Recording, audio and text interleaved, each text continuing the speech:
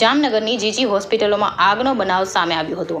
જીજી હોસ્પિટલના આઈસીયુ વિભાગમાં આગની ઘટના બની હતી, જેમાં શ્વાસ તંત્ર માટેના આઈસીયુ વોર્ડમાં વેન્ટિલેટરમાં આગ લાગી હોવાનું સૂત્રો દ્વારા જાણવા મળ્યું હતું। આ આગની ઘટનામાં એક દર્દી માથા અને હાથના ભાગે દાઝ્યો હતો। આ વોર્ડમાં 15 દર્દીઓ સારવાર લઈ રહ્યા હતા। ફાયર વિભાગ તાત્કાલિક ઘટના સ્થળે પહોંચ્યું હતું અને આગ વધુ ફેલાય તે પહેલા કાબુ મેળવી લેવાયો હતો। સંજીવ રાજપૂત, જામનગર।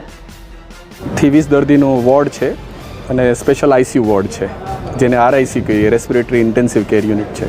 અને બીજા દર્દીઓને કે અન્ય જગ્યાએ સ્થળાંતર કરવામાં આવ્યા છે? ના, કોઈને સ્થળાંતર કરવાની જરૂર નથી પડી। એ એરિયાને આપણે ખાલી કેમ કે પેલું આગને રોકવાનું કામ કર્યું હોય એટલે એનું પાવડર ને બધું છે, એટલે એ સાફ સફાઈનું કામ થઈ રહ્યું છે, એટલે ખાલી એ દર્દીને આપણે કોઈ મોત નથી। અને મેં જેમ આપને જણાવ્યું કે માઇનર બર્ન્સ છે અને એના માટે સિનિયર ડૉક્ટર્સ પણ બધા આવીને એમનું ધ્યાન રાખી રહ્યા છે। એટલે એમાં અમે જોયું તો કોલ આવતા તરત પહોંચી ગયા, ફાયરમેન પણ પહોંચી ગયા અને ડૉક્ટર, નર્સ બધા લોકોએ એ બધું ધ્યાન રાખ્યું છે અને આગને વધતા રોકી દીધું છે।